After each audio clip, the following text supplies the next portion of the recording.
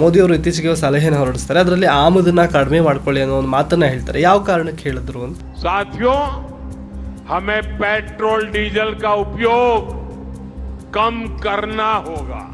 ಡಾಲರಿಗೆ ಬೇಡಿಕೆ ಹೆಚ್ಚಾಯಿತು ಅಂದ ಸಂದರ್ಭಕ್ಕೆ ಡಾಲರ್ಗೆ ಬೆಲೆಯೂ ಕೂಡ ಗಗನಕ್ಕೇರ್ತಾ ಹೋಗುತ್ತೆ, ಆದರೆ ನಮ್ಮ ರೂಪಾಯಿ ಕುಸಿತಾ ಹೋಗುತ್ತೆ.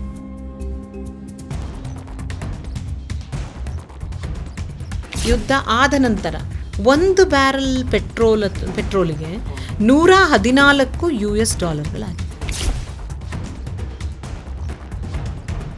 ಕಾಂಗ್ರೆಸ್ ಬಂದ ನಂತರ ಪಂಚ ಗ್ಯಾರಂಟಿ ಯೋಜನೆಗಳನ್ನು ತರುತ್ತೆ. ಇದು ಆರ್ಥಿಕತೆಗೆ ಅಂದರೆ ರಾಜ್ಯದ ಆರ್ಥಿಕತೆಗೆ ಹೊಡೆತವನ್ನು ಕೊಡ್ತಾ ಇಲ್ವಾ ಅಂತ? ನಿರುದ್ಯೋಗ ಸಮಸ್ಯೆ, ಮೊಟ್ಟೆಯಿಂದ ಕೋಳಿನ, ಕೋಳಿಯಿಂದ ಮೊಟ್ಟೆನ ಅನ್ನೋ ಹಾಗೆ ನಿರುದ್ಯೋಗದಿಂದ ಬಡತನನ, ಬಡತನದಿಂದ ನಿರುದ್ಯೋಗವೂ ಗೊತ್ತಿಲ್ಲ. ಇನ್ನು ಯುವ ನಿಧಿಗೆ ಬರೋದಾದರೆ, ಯುವ ನಿಧಿ ಅನ್ಎಂಪ್ಲಾಯ್ಡ್ಗಳಿಗೆ ಕೊಡ್ತೀವಿ ನಾವು ಅಂತ ಸರ್ಕಾರ ಹೇಳಿತ್ತು. ಸಹಾಯ ಮಾಡ್ತೀವಿ, ನೀವು ಆರ್ಥಿಕವಾಗಿ ಮುಂದೆ ಬಂದಿಲ್ಲ ಅಂದರೂ ಪರವಾಗಿಲ್ಲ ಅಂತ. ಹೌದು ಅನ್ನೋಕ್ಕೂ ಆಗಲ್ಲ, ಇಲ್ಲ ಅಂತಲೂ ಹೇಳೋಕ್ಕಾಗಲ್ಲ.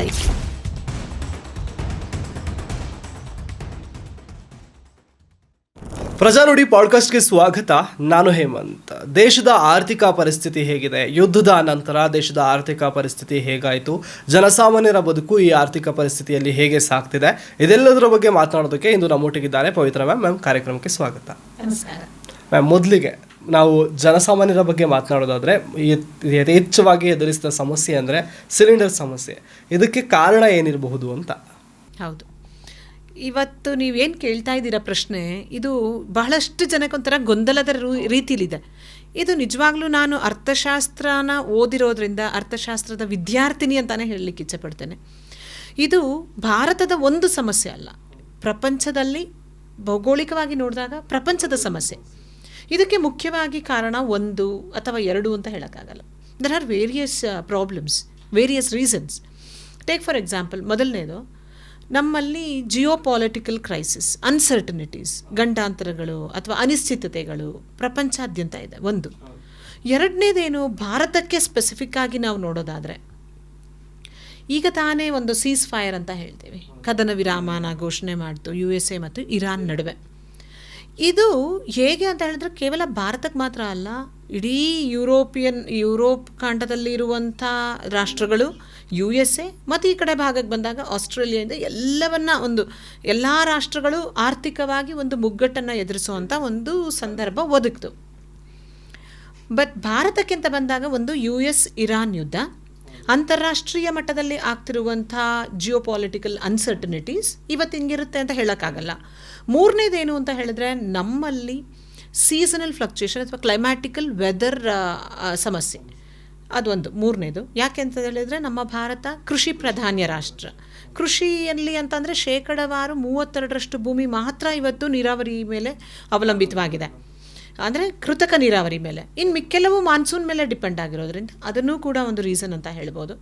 4ನೇದೇನಪ್ಪ ಅಂತ ಹೇಳಿದ್ರೆ, ನಮ್ಮ ದೇಶದ ಜನರು ಈ ಆಮದಿಗೆ ಮೊರೆ ಹೋಗ್ತಿರೋದು. ಇವಿಷ್ಟು 4 ಮುಖ್ಯವಾದಂಥ ಸಮಸ್ಯೆಗಳು ಒಂದು ಇದಕ್ಕೆ ಏನಪ್ಪ ಹೆಚ್ಚುತ್ತಿರುವಂಥ ಬೆಲೆಗೆ ಕಾರಣವಾಗ್ತಿದೆ ಅಂತ ಹೇಳೋದಕ್ಕೆ ಇಚ್ಛೆ ಪಡ್ತೀನಿ. ಅದಲ್ಲದೆ ಮಿಕ್ಕ ಹಲವಾರು ಜಿಯೋಪಾಲಿಟಿಕಲ್ ಅನ್ಸರ್ಟನಿಟೀಸ್, ಗಂಡಾಂತರಗಳು ಎಲ್ಲವೂ ಕೂಡ ಇದಕ್ಕೆ ಕಾರಣ ಆಗಿದೆ ಅಂತ ಹೇಳ್ಬೋದು. ಮೋದಿಯವರು ಇತ್ತೀಚೆಗೆ ಸಲಹೆನ ಹೊರಡಿಸ್ತಾರೆ, ಅದರಲ್ಲಿ ಆಮದನ್ನ ಕಡಿಮೆ ಮಾಡ್ಕೊಳ್ಳಿ ಅನ್ನೋ ಒಂದು ಮಾತನ್ನ ಹೇಳ್ತಾರೆ. ಯಾವ ಕಾರಣಕ್ಕೆ ಹೇಳಿದ್ರು ಅಂತ? ಎಸ್, 1 ಆಮದನ್ನು ಕಡಿಮೆ ಮಾಡ್ಕೊಳ್ಳಿ. 2ನೇದು ಚಿನ್ನ ಮತ್ತು ಬೆಳ್ಳಿಯನ್ನು ಅನ್ನೆಸೆಸರಿಯಾಗಿ ಖರೀದಿ ಮಾಡಬೇಡಿ. 3ನೇದು ವರ್ಕ್ ಫ್ರಮ್ ಹೋಮನ್ನು ಜಾಸ್ತಿ ಮಾಡಿ. 4ನೇದು ಈ ಕಾರ್ ಪೂಲಿಂಗ್ ಅಂತ ಇರುತ್ತೆ, ಅಂದರೆ ನೀವು ಪಬ್ಲಿಕ್ ಟ್ರಾನ್ಸ್ಪೋರ್ಟೇಷನಲ್ಲಿ ಹೋಗಿ, ಇಲ್ಲ ಒಬ್ಬರು ಒಂದೇ ಸ್ಥಳಕ್ಕೆ ಹೋಗ್ತಿದ್ದೀರಾ ಒಂದು 5-6 ಜನ ಅಂದರೆ ಒಂದು ಕಾರ್ ಪೂಲಿಂಗನ್ನು ಮಾಡಿ ಅಂತ. ಫಾರಿನ್ ಎಕ್ಸ್ಚೇಂಜ್ ರಿಸರ್ವ್ಸ್ ಅಂತೀವಲ್ಲ, ಇವತ್ತಿದು ಕುಸಿದು ಹೋಗ್ತಾ ಇದೆ.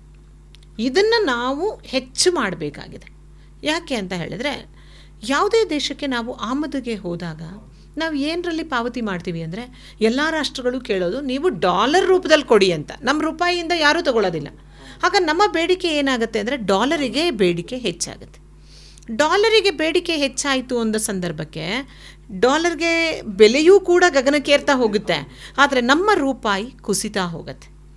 ಉದಾಹರಣೆ, ಇವತ್ತಿನ ಬೆಳಗ್ಗೆ ನಾವು ಅಂಕಿಅಂಶ ನೋಡಿದ್ರೆ $1 $94 ಆಗಿದೆ. ಹೌದು. ಮೊದಲು ನಾವು 45 ರೂಪಾಯಿ, ನಾವೆಲ್ಲ ಸ್ಟೂಡೆಂಟ್ಸ್ ಆಗಿದ್ದಾಗ 48 ರೂಪಾಯಿ 50 ರೂಪಾಯಿ ಅಂತಿದ್ವಿ. ಈಗ ಅದು ಡಬಲ್. ನಾವು ಏನೋ ಒಂದು ಪರ್ಚೇಸ್ ಮಾಡಬೇಕಂತ ಹೇಳಿದ್ರೆ ಅಮೇರಿಕಾ ಮೌಲ್ಯ ಕೇವಲ $1 ಅಂತಾರೆ, ಆದರೆ ನಾವಿಲ್ಲಿ ಕೊಡಬೇಕಾಗಿರೋದು 100 ರೂಪಾಯಿ. ಈ ಪರಿಸ್ಥಿತಿ ನಮಗೆ ದುಬಾರಿಯಾಗಿ ಕಂಡು ಬರ್ತಾ ಇದೆ. ಆ ಕಾರಣದಿಂದ ಆದಷ್ಟು ನೀವು ಆಮದು ಕಡಿಮೆ ಮಾಡಿ, ರಫ್ತನ್ನು ಹೆಚ್ಚಿಸಿ ಅಂತ ಹೇಳ್ತಾರೆ. ಆದರೆ ರಫ್ತನ್ನು ಹೆಚ್ಚಿಸ್ಲಿಕ್ಕೆ ಹೋದರೂ ಕೂಡ ಹಲವಾರು ಸಮಸ್ಯೆಗಳಿದೆ. ಉದಾಹರಣೆಗೆ ನಾನೊಂದು, ನಮ್ಮ ಭಾರತ ಕೃಷಿ ಪ್ರಾಧಾನ್ಯ ರಾಷ್ಟ್ರ ಅಂತ ಹೇಳಿದ್ರೆ ಈರುಳ್ಳಿನೇ ತೆಗೆದುಕೊಳ್ಳೋಣ, ಅಥವಾ ಆಲೂಗೆಡ್ಡೆ ಮತ್ತು ಟೊಮ್ಯಾಟೊ. ಯಾಕೆಂದರೆ ಇದು ಬೇಗ ಕಲುಷಿತವಾಗ್ತದೆ. ಇದನ್ನು ನಾವು we cannot preserve these are called as perishable goods. ಮತ್ತು ನಮ್ಮಲ್ಲಿ ತಂತ್ರಜ್ಞಾನವೂ ಇಲ್ಲ, ಕ್ರಯೋಜನಿಕ್ ಸಿಸ್ಟಮೋ ಅಥವಾ ಈ ಒಂದು ಫ್ರೀಸರ್ ಕಂಟೆಂಟಲ್ಲಿಟ್ಟು ಅದನ್ನು ಪ್ರಿಸರ್ವ್ ಮಾಡುವಂಥದ್ದು ತಂತ್ರಜ್ಞಾನವೂ ನಾವಿನ್ನೂ ಆ ದೊಡ್ಡ ಪ್ರಮಾಣದಲ್ಲಿ ಶೇಖರಣೆ ಮಾಡೋಕ್ಕೆ ನಾವಿನ್ನೂ ತಾಂತ್ರಿಕವಾಗಿ ಹಿಂದುಳಿದಿದ್ದೇವೆ. ಒಂದು ಕಡೆ ನೀವು ಆಮದು ಮಾಡೋದು ಬೇಡ, ರಫ್ತನ್ನೂ ಮಾಡಬೇಡಿ. ನೀವು ನಮ್ಮ ಜನರಿಗೆ ಆಂತರಿಕವಾಗಿ ನೀವು ಅದನ್ನು ಅವರಿಗೆ ಒದಗಿಸಿ, ಆಗ ಕಡಿಮೆ ಬೆಲೆಗೆ ಸಿಗುತ್ತೆ ಅಂತ ಅಂದ್ಕೊಳ್ಳೋಣ. ಈಗ ಈರುಳ್ಳಿನ ನಮ್ಮ ರೈತರೇ ಬೆಳೀತಾರೆ, ಅದನ್ನು ನಾವು ಅನುಭೋಗಿಗಳಾಗಿ ನಾವು ಅನುಭವಿಸ್ತೀವಿ ಅಂದ್ಕೊಳ್ಳೋಣ. ಕಡಿಮೆ ಬೆಲೆಗೆ ಸಿಕ್ತು, ಮುಂದಿನ ವರ್ಷ ಅದೇ ರೈತ ನನಗೇನೂ ಬೆಲೆ ಸಿಗ್ತಾ ಇಲ್ಲ, ನಾನು ಯಾಕೆ ಬೆಳೀಲಿ ಅಂತ. ಆಗ ಬೆಳೆದಾಗ ಏನಾಗುತ್ತೆ, ಬೆಳೆದೇ ಇದ್ದಾಗ ನಮ್ಮಲ್ಲಿ ಆಂತರಿಕವಾಗಿ ಪೂರೈಕೆಯ ಅಭಾವ ಉದ್ಭವ ಆಗತ್ತೆ. ಪೂರೈಕೆ ಅಭಾವ ಆದಾಗ ಮತ್ತೆ ಬೆಲೆ ಗಗನಕ್ಕೆ ಏರುತ್ತೆ. ಸೊ ಈ ಸಮಸ್ಯೆಯ ತೊಳಲಾಟದಲ್ಲಿ ಭಾರತದ ಆರ್ಥಿಕ ವ್ಯವಸ್ಥೆ ಇವತ್ತು ನಿಂತಿದೆ. ಅದೇ ರೈತರಿಗೆ ಈಗ ಒಂದು ಬೆಳೆ ಬೆಳೆಯೋದಕ್ಕೆ ಸಾಕಷ್ಟು ವಸ್ತುಗಳು ಮತ್ತು ಸಾಕಷ್ಟು ಒಂದು ಸಲಕರಣೆಗಳು ಬೇಕಾಗಿರುತ್ತೆ. ಅದರ ಬೆಲೆ ಈಗ ಏರಿಕೆಯಾಗಿದೆ, ಆದರೆ ರೈತರಿಗೆ ಬೆಂಬಲ ಬೆಲೆ ಸಿಗ್ತಾ ಇಲ್ಲ. ಈ ಪರಿಸ್ಥಿತಿ ಬಗ್ಗೆ ಏನು ಹೇಳ್ತೀರಾ? ಹೌದು, ಇವತ್ತು ರೈತರಿಗೆ ಬೇಕಾಗಿರುವಂಥ ಸಲಕರಣೆಗಳು ಅಂತಂದರೆ ಇವತ್ತೆಲ್ಲ ನಾವು ನೋಡಿ, ಭಾರತದಲ್ಲಿ ಶೇಕಡವಾರು 40-45 ಜನ ಕೃಷಿ ಮೇಲೆ ಅವಲಂಬಿತರಾಗಿದ್ದಾರೆ ಅಲ್ವಾ. ಸೊ ಹೀಗಿರುವಾಗ GDPಗೆ ಕೊಡುಗೆ ಎಷ್ಟಪ್ಪ ಅಂತ ನೋಡಿದ್ರೆ ಶೇಕಡವಾರು 18%. 0.5% ಜನನೇ ಇದರ ಮೇಲೆ ಅವಲಂಬಿತರಾಗಿದ್ದಾರೆ. ಆದರೆ ಅದರಿಂದ ಕೊಡುಗೆ ಬರ್ತಿರೋಂಥದ್ದು GDPಗೆ ಶೇಕಡವಾರು 16-18 ಅಂತ ಹೇಳಿದರೆ ಆ ವಲಯದಲ್ಲಿ ನಿರತರಾಗಿರುವಂಥ ಜನರಿಗೆ ಯಾವ ಮಟ್ಟಕ್ಕೆ ಆದಾಯ ಹೋಗ್ತಿರ್ಬೋದು. ಅವರಿಂದ ಆದಾಯದ ಕೊಡುಗೆನೇ ಇಷ್ಟು GDPಗೆ ಅಂದಾಗ ಇದೇನಾಗುತ್ತೆ, ಒಂದು ಕಡೆ ಗ್ರಾಮೀಣ ಭಾಗ ಮತ್ತು ನಗರ ಭಾಗದ ನಡುವೆ ಅಂತರವೂ ಕೂಡ ಹೆಚ್ಚಾಗುತ್ತೆ. ಗ್ರಾಮೀಣ ಭಾಗದಲ್ಲಿ ಕೃಷಿಯನ್ನೇ ಅವಲಂಬಿತರಾಗಿರುವಂತಹ ಜನರ ಜೀವನ ಮಟ್ಟವೂ ಕೂಡ ಬಹಳಷ್ಟು ಕಷ್ಟಕ್ಕೆ ಒಳಗಾಗುತ್ತೆ. ನೀವು ಕೇಳಿದಂಥ ಪ್ರಶ್ನೆಗೆ ಇಕ್ವಿಪ್ಮೆಂಟ್ಸನ್ನು ಅವರು ಕೊಂಡ್ಕೊಳ್ಳೋದಕ್ಕೆ ಈಗ ಉದಾಹರಣೆ ನೋಡಿ, ನಾವು ಶೇಕಡವಾರು 80% ಪೆಟ್ರೋಲ್ ಡೀಸೆಲನ್ನು ಆಮದು ಮಾಡ್ಕೊಳ್ತಾ ಇದ್ದೀವಿ ಅಲ್ವಾ. ಹೀಗಿರುವಾಗ 2025ರಲ್ಲಿ ಒಂದು ಬ್ಯಾರಲ್ ಪೆಟ್ರೋಲಿಗೆ $72 ಇವತ್ತು ಯುದ್ಧ ಆದ ನಂತರ ಒಂದು ಬ್ಯಾರಲ್ ಪೆಟ್ರೋಲಿಗೆ $114 ನಾನು ಹೇಳಿದ್ದು $1ಗೆ $100 ಅಂತ ಅಂದರೆ ಅಪ್ರಾಕ್ಸಿಮೇಟ್ಲಿ ಹೇಳಿದರೆ ಇದು 74 ಇದ್ದಿದ್ದು 114 ಆಗಿದೆ ಅಂತಂದರೆ ಕೇವಲ ಒಂದು ವರ್ಷದಲ್ಲಿ ಈ ಬದಲಾವಣೆ ಯಾಕೆ ಅಂತ. ಅದೇ ಯುದ್ಧ ಆಯಿತು, ಯುದ್ಧದಿಂದ ಪೂರೈಕೆ ಕಡಿಮೆ ಆಯಿತು. ಪೂರೈಕೆ ಕಡಿಮೆ ಆಗಿದ್ದರಿಂದ ಮತ್ತು ನಾವು ಕೂಡ ಇದನ್ನು ಏನಂತಾರೆ ಟ್ಯಾಕ್ಸ್ ರೀತಿಯಲ್ಲಿ ಕೊಡಲೇಬೇಕು. ಈಗ ತಾತ್ಕಾಲಿಕವಾಗಿ ಏನಪ್ಪ ಅಂತ ಹೇಳಿದರೆ ಎಕ್ಸೆಸಿವ್ ಆಗಿ ಅಥವಾ ಇದು ಏನು ಎಕ್ಸೈಸ್ ಡ್ಯೂಟಿನ ಅಡಿಷ್ನಲ್ ಡ್ಯೂಟಿ ಅಂತ ಕೊಟ್ಟು ಅದು ಜನರಿಗೆ ಹೊರೆ ಆಗಬಾರ್ದು ಅಂತ ಮಾಡಿದ್ರು. ಅದೆಲ್ಲ ಏನಂದರೆ ಒಂದು ವೆಹಿಕಲ್ಗೆ ಶಾಕ್ ಅಬ್ಸರ್ವರ್ ಥರ. It is like a temporary it is not a permanent cure. It's like temporary ಅಷ್ಟೇ. ಈಗ ಗಾಯ ಆದಾಗ ಒಂದು ಬಿಸಿನೀರು ಇಟ್ಕೊಂಡು ನೋವನ್ನು ನಿವಾರಣೆ ಮಾಡ್ಕೊಳ್ತೀವಲ್ಲ, it's like a shock absorber. It is not a permanent cure. ಯಾಕೆ ಅಂತ ಹೇಳಿದರೆ ದೇಶದಲ್ಲಿ ನಾವು ಸ್ವಾವಲಂಬಿ ಆಗಬೇಕು. ಪೆಟ್ರೋಲ್ ಡೀಸೆಲಲ್ಲಿ ನಾವು ಸ್ವಾವಲಂಬಿ ಆಗೋಕ್ಕಾಗಲ್ಲ. ಅದಕ್ಕೆ ಹೇಳಿದ್ವಿ 80% ನಾವಿನ್ನೂ ಈ ಏನು ಮಿಡಲ್ ಈಸ್ಟ್ ಕಂಟ್ರೀಸ್ ಮೇಲೆ ನಾವು ಪೆಟ್ರೋಲು ಡೀಸೆಲ್ಗೆ ಅವಲಂಬಿತವಾಗಿದ್ದೀವಿ. ಹಾಗೆ ನಾನು ನೋಡ್ತಾ ಇರುವಾಗ ಇಂಪೋರ್ಟ್ ಡ್ಯೂಟೀಸ್ನ ನೋಡ್ತೀವಿ. ಇಂಪೋರ್ಟ್ ಡ್ಯೂಟಿ ಅಂದರೆ ನಾವು ಬೇರೆ ದೇಶಕ್ಕೆ ನಮ್ಮ ಆಮದಿನ ಮೇಲೆ ಕಟ್ಕೊಡುವಂಥದ್ದು. ಅದರಲ್ಲಿ ಶೇಕಡವಾರು 10% ಔಟ್ ಆಫ್ 10% ನಾವು ಮಾಡ್ತಿರುವಂಥದ್ದು ಗೋಲ್ಡಿಗೆ. ನಮ್ಮಲ್ಲಿ ನೋಡಿರ್ಬೋದು, ಒಂದು ಮಗು ಹುಟ್ಟಿತು ಅಂದರೆ ಒಂದು ಕಿವಿ ಚುಚ್ಚಿಸೋದ್ರಿಂದ ಹಿಡಿದು ಮದುವೆ ಆಗೋವರೆಗೂ ಗೋಲ್ಡ್, ಅದು ಒಂದು ನಾವು we have made it as rituals. So ಅದು ಸಾಂಪ್ರದಾಯಿಕವಾಗಿ ನಾವು ಮಾಡಿಕೊಂಡು ಬಂದಿದ್ದೀವಿ. ಮತ್ತು ನಮ್ಮ ಹೆಣ್ಮಕ್ಳಿಗೂ ಕೂಡ ಚಿನ್ನ ಬೆಳ್ಳಿ ಅಂದರೆ ಆಸೆ ಸಾಧಾರಣ ಇದೆ. ನೋಡಿ, ಅದು ಒಂದು 500 ರೂಪಾಯಿ ಕಡಿಮೆ ಆಯಿತು ಅಂತಂದರೆ ಇಡೀ ಜಾಗತಿಕ ಮಟ್ಟದಲ್ಲಿ ಏನೇ ಸಮಸ್ಯೆ ಆದರೂ ಮಾತಾಡಲ್ಲ. ಆದರೆ ಮನೆಗಳಲ್ಲೂ 500 1,000 ರೂಪಾಯಿ ಜಾಸ್ತಿ ಆಯ್ತಂತೆ ಅನ್ನುವಂಥದ್ದಾಗುತ್ತೆ. ಹೀಗೆ ಎಷ್ಟೇ ಬೆಲೆ ಹೆಚ್ಚಾದರೂ ಕಳೆದ ಹಿಂದಿನ ತಿಂಗಳು ಏನು ಅಕ್ಷಯ ತೃತೀಯ ದಿನ ನೀವೇ ನೋಡ್ಬೋದು ಎಷ್ಟು ಜನ ಎಷ್ಟು ಕ್ಯೂ ಅಲ್ಲಿ ನಿಂತಿದ್ರು ಅಂತ ಇದ್ರು. ಇನ್ನು ಬೆಳ್ಳಿಗೂ ಕೂಡ ಬೆಲೆ ಜಾಸ್ತಿ ಆಗ್ತಿದೆ. ಮೊದಲೆಲ್ಲ ಬೆಳ್ಳಿ ಅಂತ ಹೇಳಿದ್ರೆ ಮನೆಯಲ್ಲಿ ಬೆಳ್ಳಿ ತಟ್ಟೆ ಬೆಳ್ಳಿ ಚೊಂಬು ಕೊಟ್ಟು ಮದುವೆ ಮಾಡ್ಕೊಳ್ಳುವಂಥ ಪ್ರವೃತ್ತಿ ಇತ್ತು. ಆದರೆ ಇವತ್ತು ಬೆಳ್ಳಿ ಯಾಕೆ ಹೆಚ್ಚಾಗ್ತಿದೆ ಅಂದರೆ ಒಂದು ಪೂರೈಕೆನ ದಿಢೀರಂತ ರಾತ್ರೋರಾತ್ರಿ ಹೆಚ್ಚೋಕ್ಕಾಗಲ್ಲ. ಜನರಿಗೂ ಎಲ್ಲೋ ಒಂದು ಕಡೆ ಕೊಂಡುಕೊಳ್ಳುವಂಥ ಶಕ್ತಿ ಜಾಸ್ತಿ ಆಗ್ತಿದೆ, ಬೇಡಿಕೆ ಹೆಚ್ಚಾಗ್ತಿದೆ. ಮೂರನೇ ಅಂಶ ಏನಪ್ಪ ಅಂತ ಹೇಳಿದ್ರೆ, ನಾವೆಲ್ಲ ಇವತ್ತು ಎಕೋ ಫ್ರೆಂಡ್ಲಿ ವೆಹಿಕಲ್ಸ್ ಬಗ್ಗೆ ಮಾತಾಡ್ತೀವಲ್ಲ. ಈ ಎಕೋ ಫ್ರೆಂಡ್ಲಿ ವೆಹಿಕಲ್ಸಲ್ಲಿ ಇದು ಎಲೆಕ್ಟ್ರಿಕ್ ವೆಹಿಕಲ್ಸ, ಅದಕ್ಕೆ ಶೇಕಡವಾರು 40-50% ಬೆಳ್ಳಿ ಬೇಕಂತೆ ಉತ್ಪಾದನೆ ಮಾಡಲಿಕ್ಕೆ. ಸೊ ಈಗ ಅದು ಅದಿರೋನ್ನ ಹೇಗೆ ತರ್ತೀರಾ? ಅದನ್ನ ಪೂರೈಕೆ ಜಾಸ್ತಿ ಮಾಡಕ್ಕೆ ಈಗ ಬಂದಿರೋ ಬೆಳ್ಳಿ ಆಭರಣಗಳಾಗ್ದೇನೆ ಈ ಕಡೆಗೆ ಯೂಸ್ ಆಗ್ತಾ ಇದೆ. ಮತ್ತೆ ಇನ್ನೊಂದು ಕಡೆ ನಾವು ಎಲೆಕ್ಟ್ರಿಕ್ ವೆಹಿಕಲ್ಸ್ನ ಜಾಸ್ತಿ ಮಾಡಬೇಕು, ಪೂರೈಕೆ ಜಾಸ್ತಿ ಮಾಡಬೇಕು ಅಂದರೆ ಜನಸಾಮಾನ್ಯರು ಮಧ್ಯಮ ವರ್ಗದವರು, ಈಗ ನೋಡಿ ನಮ್ಮಲ್ಲಿ ಜನಸಂಖ್ಯೆ ಹೆಚ್ಚು. ಯಾವ ಜನಸಂಖ್ಯೆ ಹೆಚ್ಚು? ಮಧ್ಯಮ ವರ್ಗದ ಆದಾಯ ಇರುವಂಥ ಜನಸಂಖ್ಯೆ ಹೆಚ್ಚು. ಅವರೆಲ್ಲರೂ ಒಂದು 2 ವೀಲರ್ಸ್ ಅಂತ ಅಂದರೆ ಎಲೆಕ್ಟ್ರಿಕ್ ವೆಹಿಕಲ್ ಇವತ್ತು 1.5 ಲಕ್ಷ 1.25 ಲಕ್ಷ ಆಗುತ್ತೆ. ಕಾರ್ ಬಗ್ಗೆ ನಾನು ಮಾತಾಡ್ತಾ ಇಲ್ಲ, 2 ವೀಲರ್ಸ್ ಬಗ್ಗೆ. ಆದರೆ ಅಂಥ ಜನರು ಇವತ್ತು ಕೊಂಡ್ಕೊಳ್ಬೇಕು ಅಂದಾಗ ಸರ್ಕಾರ ಸಬ್ಸಿಡಿ ಕೊಡಿ 80% ಅಂತ ನಾವು ಹೇಳ್ಬಿಡ್ಬೋದು. ಕೊಂಡ್ಕೊಳ್ತಾರೆ, ಜನರೆಲ್ಲರೂ ಮುಗಿ ಬೀಳ್ತಾರೆ ಅಂತ. ಆದರೆ ಯಾವ ಕಂಪನಿ 80% ಸಬ್ಸಿಡಿನ ತಗೊಳ್ಳೋಕ್ಕೆ ರೆಡಿ ಇರ್ತಾರೆ? ಇವೆಲ್ಲ ಹೆಂಗಾಗ್ತಾ ಇದೆ ಅಂದರೆ, ಒಂದು ಆರ್ಥಿಕ ವ್ಯವಸ್ಥೆ ಈ ತಂತಿ ಮೇಲೆ ನಡೆದ ಹಾಗೆ, ಈ ಕಡೆ ಇದನ್ನು ಮಾಡಿದ್ರೆ ಸಮಸ್ಯೆ ಆಗ್ತಾ ಇದೆ, ಈ ಕಡೆ ಇದನ್ನು ಮಾಡಿದ್ರೆ ಸಮಸ್ಯೆ ಆಗ್ತಾ ಇದೆ. ಇನ್ನು ಜನಸಾಮಾನ್ಯರ ಬಗ್ಗೆ ಮಾತನಾಡೋದಾದರೆ GST ಅವರಿಗೆ ಒಂದು ಹೊರೆಯಾಗಿ ಪರಿಣಮಿಸ್ತಾ ಇದೆಯಾ ಅಂತ ಇತ್ತೀಚಿನ ಬೆಳವಣಿಗೆಗಳನ್ನು ಗಮನಿಸಿದ್ರೆ? ಓಕೆ, ಈಗ ಸರ್ವೇ ಸಾಮಾನ್ಯವಾಗಿ GST ಹೊರೆ ಆಗಿಲ್ಲ ಅಂತ ನಾನು ಹೇಳೋಕ್ಕೆ ಇಷ್ಟಪಡ್ತೀನಿ. ಯಾಕೆ ಅಂತ ಹೇಳಿದ್ರೆ, GST ಯಾಕೆ ಹೊರೆ ಆಗ್ತಾ ಇಲ್ಲ ಅಂದರೆ, ಅದು ನಾವು ವ್ಯಾಟ್ ಬಂತು, ಮಾಡ್ ವ್ಯಾಟ್ ಬಂತು, GSTಯೂ ಬಂತು, ಅದರಲ್ಲಿ CGST ಆ್ಯಂಡ್ SGST ಅಂತ ಹೇಳ್ತೀವಿ, ಸ್ಟೇಟ್ ಆ್ಯಂಡ್ ಸೆಂಟ್ರಲ್. ಆದರೂ ಕೂಡ ಇದೇನು ಸರ್ವಿಸ್ ಟ್ಯಾಕ್ಸ್ ಎಲ್ಲ ಒಳಗೊಂಡು ಏನಿರ್ತಿತ್ತೋ ಅದೇ ರೀತಿಯಲ್ಲಿ ಇದೆ, ಹೊರೆ ಅಂತ ಏನೂ ಆಗಲ್ಲ. ಈಗ ನೋಡಿ, ರ್ಯಾಷನಲೈಸೇಷನ್ ಅಂತ ಒಂದು ಪದ ಬಳಸ್ತಾರೆ. ಒಂದು ತರ್ಕಬದ್ಧವಾಗಿ ಮಾಡಿದಂಥ GST ಕಳೆದ 2025ರಲ್ಲಿ ಆಲ್ಮೋಸ್ಟ್ ಶೇಕಡವಾರು 90% ಸರಕುಗಳನ್ನ 5% ಸ್ಲ್ಯಾಬಲ್ಲಿ ತಂದುಬಿಟ್ರು. Mainly thing to reduce the prices and to help for the common people, ಜನಸಾಮಾನ್ಯರಿಗೆ ಅನುಕೂಲ ಮಾಡಿಕೊಡ್ಬೇಕು ಅಂತ. ಅದಾಗಿಯೂ ಇವತ್ತು ಬೆಲೆ ಗಗನಕ್ಕೇರ್ತಿದೆ ಅಂತಂದರೆ ಮುಖ್ಯವಾಗಿ ಅಂತಾರಾಷ್ಟ್ರೀಯ ಮಟ್ಟದಲ್ಲಿ ಆಗ್ತಿರುವಂಥ ಈ ಅಡಚಣೆಗಳು, ಪೆಟ್ರೋಲು ದುಬಾರಿ ಆಗಿರುವಂಥದ್ದು.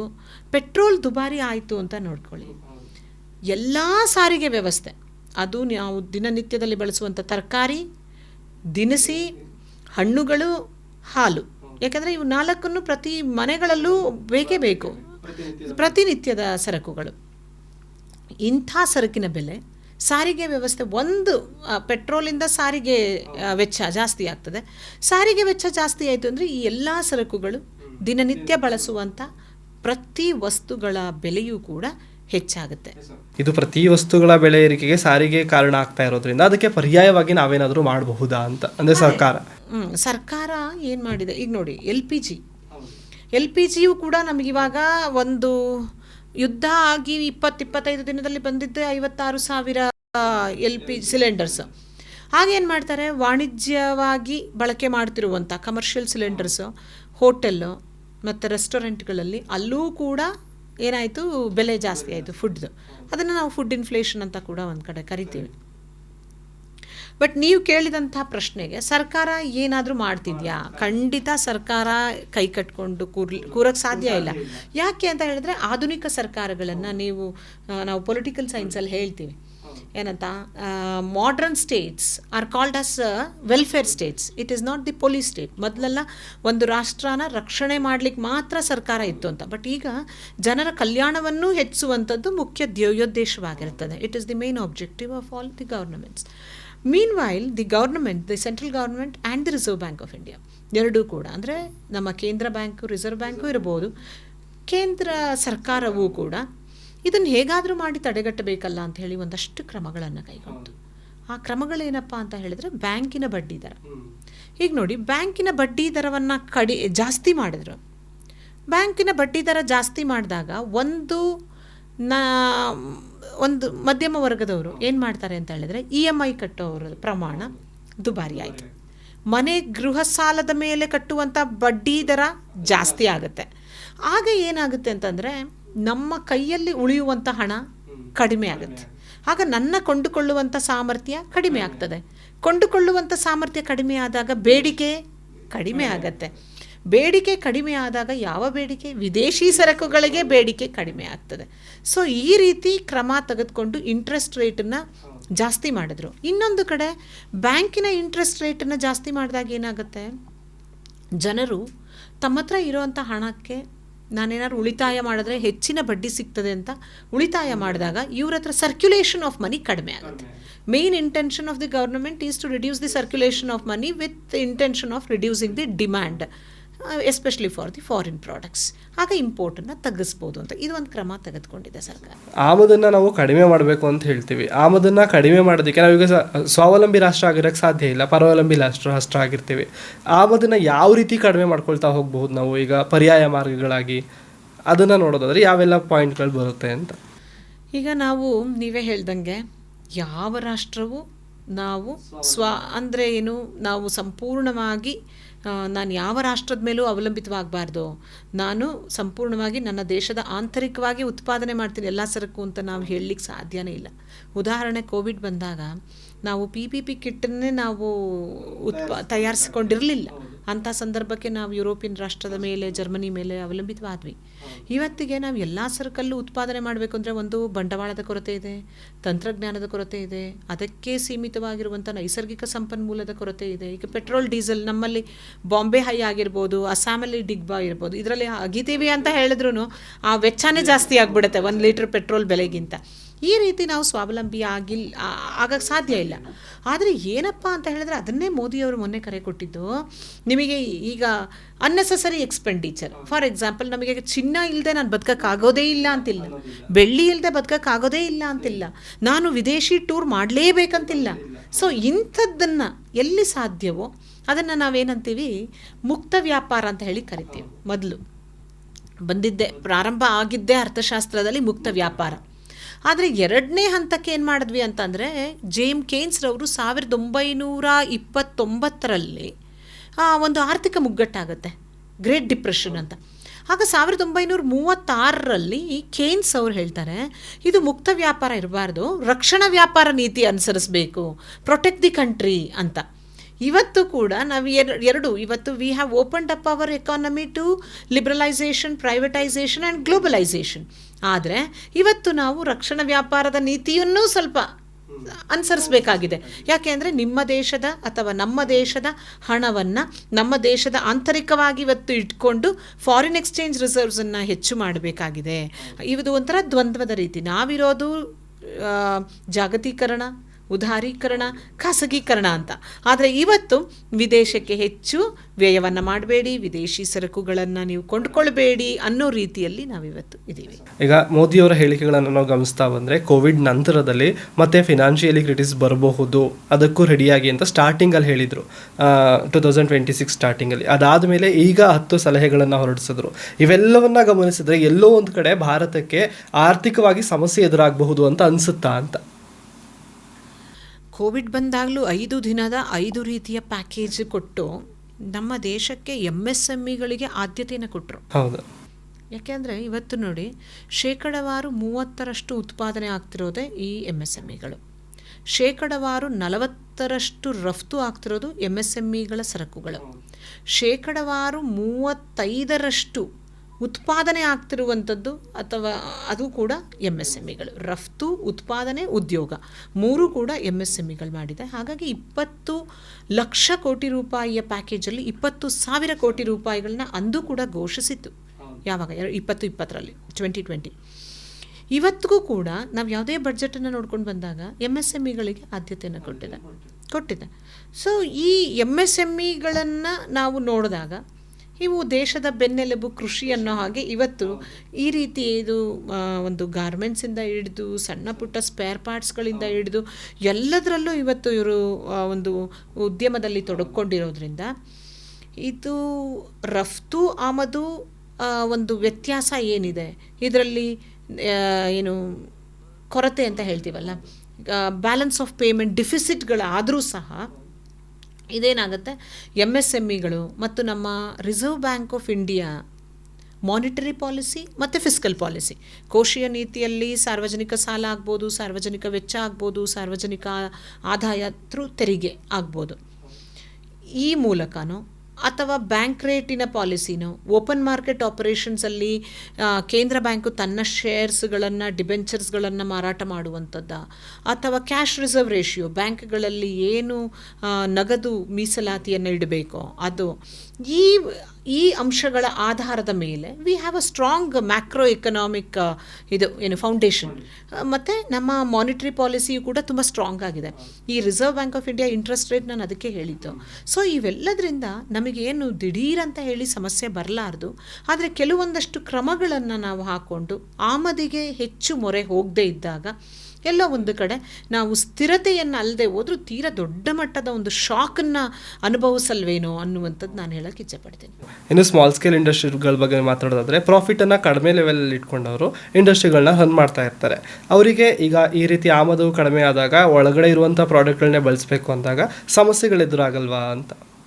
ಹೌದು, ಅದಕ್ಕೂ ಕೂಡ ಏನು ಮಾಡಿದೆ ಸರ್ಕಾರ ಅಂತ ಹೇಳಿದರೆ ಅದನ್ನು ಇಂಪೋರ್ಟ್ ಟ್ಯಾಕ್ಸ್ ಕಟ್ ಅಂತ ಮಾಡ್ತಾರೆ. ಈಗ ನೋಡಿ, ನಾನು ಪೆಟ್ರೋಲ್ ಮತ್ತು ಡೀಸೆಲ್ಲು ಅಂತಾರಾಷ್ಟ್ರೀಯ ಮಟ್ಟದಲ್ಲಿ ಯುದ್ಧಗಳಾಯಿತು, ಆದರೆ ಆ ಬೆಲೆ ನಮಗೆ ಇನ್ನೂ ಶಾಕ್, ತಾಪ ಎಲ್ಲೋ ಬೆಂಕಿ ಕಾಣ್ತಾ ಇದೆ ಹೊರತು ನಮ್ಗೆ ಆ ತಾಪ ತಟ್ತಾ ಇಲ್ಲ. ಯಾಕೆ ಅಂತ ಹೇಳಿದ್ರೆ because of special additional excise duty. ಅದೇ ರೀತಿಯಲ್ಲಿ ಈ ಒಂದು ಸಣ್ಣ ಮಧ್ಯಮ ಗುಡಿ ಕೈಗಾರಿಕೆಗಳಿಗೆ ಬೇಕಾಗುವಂಥ ಕಚ್ಚಾ ಸರಕುಗಳ ಅವಶ್ಯಕತೆ ಇದೆ ಅಂದಾಗ ಸ್ಪೆಷಲ್ ಗ್ರಾಂಟ್ಸ್ ಅಡಿಯಲ್ಲೂ ಕೂಡ ಆಮದನ್ನು ಮಾಡಿಕೊಳ್ಳುವಂಥ ಸೌಲಭ್ಯಗಳನ್ನು ಮಾಡಿಕೊಳ್ಬಹುದು. ಈ ರೀತಿನೂ ಮಾಡುತ್ತೆ ಮುಂದಿನ ದಿನಕ್ಕೆ ಏನಾದರೂ ಬೇಕಾದಲ್ಲಿ. ನಾವು ಕಂಡಂತೆ ಡಾಲರ್ ಮುಂದೆ ರೂಪಾಯಿ ಮೌಲ್ಯ ದಿನದಿಂದ ದಿನಕ್ಕೆ ಕುಸಿತಾ ಇರುವಂಥದ್ದು, ಇದೇ ಬೆಳವಣಿಗೆ ಇನ್ನು ಮುಂದಿನ 5 ವರ್ಷಗಳಲ್ಲಿ ಬಂದರೆ ನಮ್ಮ ಭಾರತ ದೇಶ ಯಾವ ಹಂತಕ್ಕೆ ತಲುಪಬಹುದು ಅಂತ. ಇದು ನಿಜವಾಗ್ಲೂ ಎಲ್ಲರನ್ನ ಕಾಡ್ತಿರುವಂಥ ಸಮಸ್ಯೆ. ಇವತ್ತು ನೋಡಿ, ನಾವು ಏನೇ ಹೇಳ್ಬೋದು, ನಾವು ಆಂತರಿಕವಾಗಿ ಇಷ್ಟು ಪ್ರಬಲವಾಗಿದ್ದೀವಿ, ಆಂತರಿಕವಾಗಿ ಸದೃಢವಾಗಿದ್ದೀವಿ, ನಮ್ಮ ಹಣಕಾಸು ನೀತಿ ಹೀಗಿದೆ, ಕೋಶೀಯ ನೀತಿ ಹೀಗಿದೆ ಅಂತ. ಆದರೆ among all south Asian countries ಇವತ್ತು ರೂಪಾಯಿ ಮೌಲ್ಯ ತುಂಬ ಕುಸಿತಿದೆ. ಅದು ಡಿಪ್ರಿಸಿಯೇಷನ್ ಅಂತೀವಿ, ಅದು ಆ ರೀತಿ ಅನುಭವಿಸ್ತಾ ಇದೆ. ಯಾಕೆ ಅಂತ ಹೇಳಿದ್ರೆ ನಮ್ಮಲ್ಲಿ ಕರಗ್ತಿರುವಂಥ ಫಾರಿನ್ ಎಕ್ಸ್ಚೇಂಜ್ ರಿಸರ್ವ್ಸನ್ನು ನಾವು ಜಾಸ್ತಿ ಮಾಡ್ಕೋಬೇಕು ಅಂದರೆ ಒಂದು ಕಡೆ ರಫ್ತನ್ನು ಜಾಸ್ತಿ ಮಾಡ್ಕೋಬೇಕು, ಒಂದು ಕಡೆ ಆಮದನ್ನು ತಗ್ಗಿಸ್ಬೇಕು. ಅದನ್ನೇ ನಾವು 1980ರಲ್ಲಿ ಇಂಪೋರ್ಟ್ ಸಬ್ಸ್ಟಿಟ್ಯೂಷನ್ ಎಕ್ಸ್ಪೋರ್ಟ್ ಪ್ರಮೋಷನ್ ಅಂದರು. ಅದನ್ನೇ 2000ದಲ್ಲಿ ಮೇಕ್ ಇನ್ ಇಂಡಿಯಾ ಅಂತ ಹೇಳಿದ್ರು. ಈಗ 2020ರ ದಶಕದಲ್ಲಿ ಮೇಡ್ ಇನ್ ಇಂಡಿಯಾ ಅಂತಲೂ ಮತ್ತೆ ಅದನ್ನೇ ಬಂತು. ಮೇಡ್ ಇನ್ ಇಂಡಿಯಾ ಬಂತು, ಮೇಕ್ ಇನ್ ಇಂಡಿಯಾ ಬಂತು, ಮತ್ತು ಮೇಡ್ ಇನ್ ಇಂಡಿಯಾ ಅಂತ ಬಂತು. ಈ ರೀತಿ ನಾವು ನೋಡೋಕ್ಕೆ ಹೋದಾಗ ನೀವು ಕೇಳಿದಂಥ ಪ್ರಶ್ನೆ, ಡಾಲರ್ನ ಮುಂದೆ ಡಾಲರ್ನ ಏನಪ್ಪ ಅಂತ ಹೇಳಿದ್ರೆ, ಡಾಲರು ಈ ರೀತಿ ಹೆಚ್ಚಳ ಅಂದರೆ ನಾನು ಆಗಲೇ ಹೇಳಿದ್ನಲ್ಲ, ಅದಕ್ಕೆ ಬೇಡಿಕೆ ಜಾಸ್ತಿ ಆಗ್ತದೆ. ಯಾಕೆಂದರೆ ನಾವು ಏನೇ ಬೇರೆ ರಾಷ್ಟ್ರದಿಂದ ಆಮದು ಮಾಡ್ಕೊಳ್ತಾ ಹೋದರೆ, ಯಾವುದೇ ರಾಷ್ಟ್ರ ಆಗಿರ್ಬೋದು, please give in terms of dollars. ಆಗ ಡಾಲರ್ಸಿಗೆ ಬೇಡಿಕೆ ಅಂತಾರಾಷ್ಟ್ರೀಯ ಮಟ್ಟದಲ್ಲಿ ಯೂನಿವರ್ಸಲಿ ಆಕ್ಸೆಪ್ಟೆಡ್ ಡಾಲರ್ಸ್ ಅದು.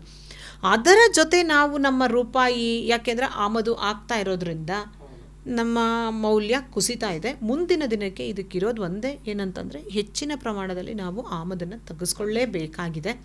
ಅದನ್ನು ತಗ್ಗಿಸಿ ಆಂತರಿಕವಾಗಿ ಉತ್ಪಾದನೆಯನ್ನು ಕೂಡ ಹೆಚ್ಚಳ ಮಾಡಿಕೊಳ್ಬೇಕು. ಆ ನಿಟ್ಟಿನಲ್ಲಿ ಇವತ್ತು ನೋಡಿ, US ಯುರೋಪಿಯನ್ ಕಂಟ್ರೀಸ್ ಜೊತೆಗೆ ಮದರ್ ಆಫ್ ಆಲ್ ಡೀಲ್ಸನ್ನು ಕೂಡ ಮಾಡಿಕೊಂಡ್ರು, ಕೇಂದ್ರ ಸರ್ಕಾರ ಮಾಡಿಕೊಂಡ್ರು. ಸೊ ಏನು 26 ರಾಷ್ಟ್ರಗಳ ಜೊತೆಗೆ ಒಡಂಬಡಿಕೆಯನ್ನು ಮಾಡಿಕೊಂಡು ಅದರಲ್ಲಿ ಹೆಚ್ಚು ನಾವೀಗಾಗಲೇ ನಾರ್ವೆ ಆಗಿರ್ಬೋದು, ಸ್ವೀಡನ್ ಆಗಿರ್ಬೋದು, ಇಂಥ ರಾಷ್ಟ್ರಗಳಿಂದನೂ ಕೂಡ ಚಿನ್ನವನ್ನು ನಾವು ಆಮದು ಮಾಡಿಕೊಳ್ಳುವಂಥ ಪ್ರಕ್ರಿಯೆಯಲ್ಲಿ ಇವಾಗ ಸರ್ಕಾರ ತೊಡಗಿದೆ. ಅದೇ ಚಿನ್ನಾಭರಣದ ವಿಚಾರಕ್ಕೆ ಬರೋದಾದರೆ, ಈಗ ಈ ರೀತಿ ಚಿನ್ನಾಭರಣದ ಬೆಲೆ ಏರಿಕೆ ಆಗ್ತಾ ಇದೆ, ಮೋದಿ ತಗೋಬೇಡಿ ಅಂತ ಹೇಳ್ತಾರೆ. ಜನರು ತಗೊಳ್ಳೋದಾದರೆ ಯಾವ ಸಮಯದಲ್ಲಿ ತಗೊಬೋದು ಅಥವಾ ಯಾವ ಸಮಯದಲ್ಲಿ ತಗೋಬಾರ್ದು, ಈ ಸಿಚುವೇಶನ್ ಎಲ್ಲ ಹೇಗಿದೆ ಅಂತ? ಬಟ್ ಚಿನ್ನ ತಗೋಬಾರ್ದು ಅನ್ನೋದಕ್ಕಿಂತ ಇವತ್ತು ನಾಳೆ ತಗೊಳ್ಳಿ ಕಡಿಮೆ ಆಗ್ಬೋದೇನೋ, ಅಂತಾರಾಷ್ಟ್ರೀಯ ಮಟ್ಟದಲ್ಲಿ ಕೇವಲ ಒಂದಷ್ಟು ಏನೋ ಪೂರೈಕೆಯ ಅಭಾವ ಇತ್ತು, ಆ ರೀತಿ ಇಲ್ಲ ಇವತ್ತು. ಯಾಕೆ ಅಂತ ಹೇಳಿದ್ರೆ ನಾವು ಒಂದು ಗ್ರಾಮ್ ಚಿನ್ನಕ್ಕೆ ಇವತ್ತು 17,000 ರೂಪಾಯಿ ಆಗೋಗಿದೆ. ಇದು ಇವತ್ತು ಯುದ್ಧ ನಿಲ್ಲಬಹುದಾ ಅಥವಾ ಸೀಸ್ಫೈರ್ ಘೋಷಣೆ ಮಾಡಿದಾರಾ, ಯುದ್ಧ ಇನ್ನೇನಾದರೂ ಜಾಸ್ತಿ ಆಗುತ್ತಾ, ಈ ಎಲ್ಲ ಗಂಡಾಂತರಗಳಾಗಿ ಪೂರೈಕೆಯೇ ಅಭಾವ ಇರೋದರಿಂದ ಇದು ಏನಂತ ಹೇಳಿದ್ರೆ ಇದನ್ನು ಆದಷ್ಟು ತಕ್ಕ ಮಟ್ಟಿಗೆ ಇದರ ಕನ್ಸಂಪ್ಷನ್ ಅಥವಾ ಅನುಭೋಗವನ್ನು ಜನಸಾಮಾನ್ಯರು ಆಡಂಬರಕ್ಕಾಗದೆ ತೀರಾ ಅನಿವಾರ್ಯ ಅಂದಾಗ ಎಲ್ಲೋ ಒಂದಷ್ಟು ಅನುಭೋಗವನ್ನು ಮಾಡ್ಕೊಳ್ಳೋದು ಬಿಟ್ಟರೆ ನಾವೇ ದುಬಾರಿಯನ್ನು ಮಾಡ್ದಂಗೆ ಆಗುತ್ತೆ. ಹೆಚ್ಚು ಹೆಚ್ಚು ಬೇಡಿಕೆಯನ್ನು ನಾವು ಸೃಷ್ಟಿ ಮಾಡಿದ್ರೆ ಪೂರೈಕೆ ಇಲ್ಲ, ಅಂತಾರಾಷ್ಟ್ರೀಯ ಮಟ್ಟದಿಂದ ಬೇರೆ ದೇಶದಿಂದ ನಮಗೆ ಬರಬೇಕಾಗಿದೆ. ಇಂಥ ಸಂದರ್ಭಕ್ಕೆ ನಾವೇ ಎಲ್ಲೋ ಒಂದು ಕಡೆ ಅದರ ಬೆಲೆನ ಹೆಚ್ಚಿಸ್ತೀವೇನೋ ಅನ್ನೋ ಕಾರಣಕ್ಕೆ ಅನುತ್ಪಾದಕ ಬೇಡಿಕೆಗಳಿಗೆ ಇದನ್ನು ನಾವು ಕೊಂಡ್ಕೊಳ್ಳೋದನ್ನು ತಗ್ಗಿಸಿದ್ರೆ ಇದು ಸಾಧಾರಣ ಸ್ಥಿತಿಗೆ ತರಬಹುದು. ಈಗ ಇತ್ತೀಚಿನ ದಿನಗಳಲ್ಲಿ ನಾವು ಸೇವಿಂಗ್ಸ್ ಅಂತ ಮಾಡಬೇಕು ಅಂದರೆ, ಈಗ ಸಾಮಾನ್ಯ ವರ್ಗದವರು ಸೇವಿಂಗ್ಸ್ ಅಂದರೆ ಗೋಲ್ಡ್ ಅಂತ ಅನ್ಕೊಂತಾರೆ. ಅದು ಬಿಸ್ಕೆಟ್ಸಲ್ಲಿ ಆಗಿರ್ಬೋದು, ಆಭರಣದಲ್ಲಿ ಆಗಿರ್ಬೋದು, ಯಾವುದ್ರಲ್ಲಿ ಮಾಡಿದ್ರೆ ಬೆಟರ್ ಅಂತ? ಸೇಫ್ ಹೆವನ್ ಅಂತ ಕರಿತೇವೆ. ವಿ ಕಾಲ್ ದಿಸ್ ಆ ಸೇಫ್ ಹೆವನ್, ಯಾವುದನ್ನು ನಮ್ಮ ಚಿನ್ನದ ರೂಪದಲ್ಲಿ. ಬಟ್ ಚಿನ್ನವನ್ನು ಯೂಶ್ವಲಿ ನಾವು ನೋಡಿಕೊಂಡಾಗ ಆಭರಣದ ರೀತಿಯಲ್ಲಿ ಪ್ರಿಸರ್ವ್ ಮಾಡೋದಕ್ಕಿಂತ ಬಿಸ್ಕೆಟ್ಸ್ ರೀತಿಯಲ್ಲಿ ಒಂದು ಚಿನ್ನದ ಗಟ್ಟಿ ಅಂತ ತೆಗೆದುಕೊಂಡ್ರೆ ಒಳ್ಳೆಯದು. ಯಾಕೆ ಅಂತ ಹೇಳಿದ್ರೆ ಒಂದ್ಸಲಿ ನೀವು ಆಭರಣ ತೆಗೆದುಕೊಂಡ್ರೆ ಅದಕ್ಕೊಂದು ಹರಳು ಹಾಕಿರ್ತಾರೆ, ಆ ಹರಳಿನ ಒಂದು ಮೌಲ್ಯವನ್ನು ತೆಗೆದೇ ಅದು ಹೊಸದಾಗೋದು. ಅದು ಏನೇ 916 ಅಂತ ಹೇಳ್ಬೋದು, 24 ಕ್ಯಾರೆಟ್ ಅಥವಾ ಆ ಥರ ಅದೇನೇ ಇದ್ದರೂ ಸಹ ಶುದ್ಧವಾಗಿರುವಂಥ ಏನು ಬಿಸ್ಕೆಟ್ಸ್ ರೀತಿಯಲ್ಲಿ ಗಟ್ಟಿ ಚಿನ್ನವನ್ನು ಇಟ್ಕೊಳ್ಳೋದು ಮುಂದಿನ ದಿನಕ್ಕೆ ಅದು ಒಳ್ಳೆಯದು ಅಂತ ಹೇಳ್ತೀನಿ. ಇನ್ನು ಇದು ನನ್ನ ಪ್ರಶ್ನೆ ಅಲ್ಲ, ಜನಸಾಮಾನ್ಯರ ಪ್ರಶ್ನೆ. ಎಲ್ಲೋ ಒಂದು ಕಡೆ ನಾವು ಆರ್ಥಿಕವಾಗಿ ಮುಂದೆ ಹೋಗ್ತಾ ಇದ್ದೀವಿ ಅಂತ ಪ್ರತಿಯೊಬ್ಬ ರಾಜಕಾರಣಿನೂ ಹೇಳ್ತಾ ಇರ್ತಾರೆ. ಆದರೆ ಜನಸಾಮಾನ್ಯರು ನಾವಿಲ್ಲಿ ಸಂಕಷ್ಟವನ್ನು ಅನುಭವಿಸ್ತಾ ಇದ್ದೀವಿ, ಬೆಲೆ ಏರಿಕೆ ನಮ್ಮ ಮೇಲೆ ಹೊಡೆತ ಕೊಡ್ತಾ ಇದೆ ಅಂತ ಹೇಳ್ತಾ ಇದ್ದಾರೆ. ಇದಕ್ಕೇನು ಹೇಳ್ತೀರಾ? ಇದು ಒಂದು ದೊಡ್ಡ ಪ್ರಶ್ನೆ. ಯಾಕೆ ಅಂತ ಹೇಳಿದ್ರೆ ನೋಡಿ, ಇವತ್ತು ಭಾರತ 5th ಲಾರ್ಜೆಸ್ಟ್ ಎಕಾನಮಿ ಅಂತೇಳಿ, ಅಂದರೆ ಈ ಟ್ರಿಲಿಯನ್ ಎಕಾನಮಿಯನ್ನು ಅನುಭವಿಸ್ಬೇಕು ನಾವು. 5 trillion economy, US trillion economy ಅಂತ. ಅಮೇರಿಕಾ ಈಗಾಗಲೇ 25 US ಟ್ರಿಲಿಯನ್ ಎಕಾನಮಿನ ರೀಚ್ ಆಗಿದೆ. ಚೈನಾ ಕೂಡ 18 US ಟ್ರಿಲಿಯನ್ ಎಕಾನಮಿ ರೀಚ್ ಆಗಿದೆ. ಜರ್ಮನಿ ಕೂಡ 5 US ಟ್ರಿಲಿಯನ್ ಎಕಾನಮಿ ರೀಚ್ ಆಗಿದೆ.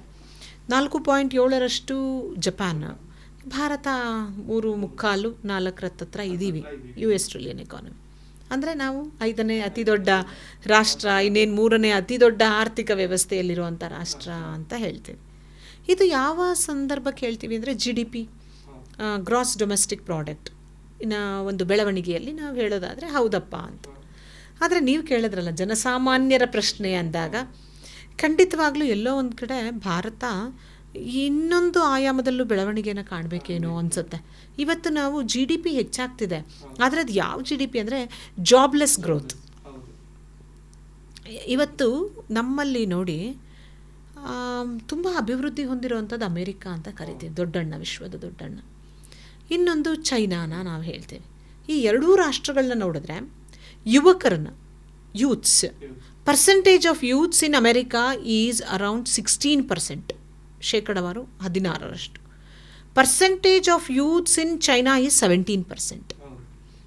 Percentage of youth in India is 66%. ಆದರೆ ನಮ್ಮಲ್ಲಿ ನಿಜವಾಗ್ಲೂ ಬೆಳವಣಿಗೆ ಆಗಬೇಕಾಗಿರೋದು ಜಾಬ್ ಗ್ರೋತ್. ಬಟ್ ಇಲ್ಲ ಆಗ್ತಿರುವಂಥದ್ದು ಜಾಬ್ಲೆಸ್ ಗ್ರೋತ್. ಇದರಿಂದಾನೇ ನಮ್ಮಲ್ಲಿ ಇವತ್ತು ಏನು ಅಂತ ಹೇಳಿದ್ರೆ ನೋಡಿ, ಒಂದು ಕಡೆ ತಾರತಮ್ಯ ಹೆಂಗಾಗ್ತಿದೆ ಅಂದರೆ ಉಳ್ಳದವರು ಜಾಸ್ತಿ ಆಗ್ತಾಯಿದೆ ಇವತ್ತು, ಹ್ಯಾವ್ಸ್ ಆ್ಯಂಡ್ ಹ್ಯಾವ್ ನಾಟ್ಸ್. ನಾನು ಆಗಲೇ ಹೇಳಿದ್ನಲ್ಲ, 18 GDPಗೆ ಕಾಂಟ್ರಿಬ್ಯೂಷನ್ ಫ್ರಮ್ ಅಗ್ರಿಕಲ್ಚರ್, ಅದರ ಮೇಲೆ ಅವಲಂಬಿತರಾಗಿರೋದು 48-50% ಜನರು ಅಂತ.